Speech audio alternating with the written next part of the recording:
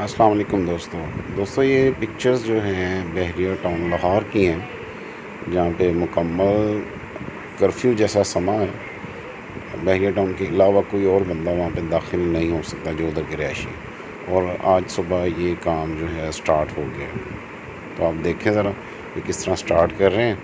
हर घर के बाहर उसके लॉन में, बल्कि घर के अंदर तक फुहार जा रही थी।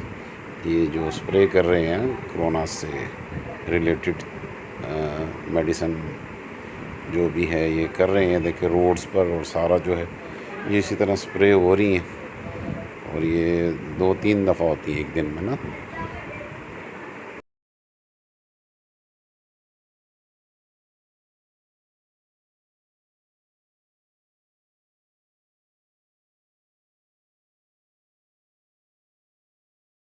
थ्रो चेक कर पंखे की।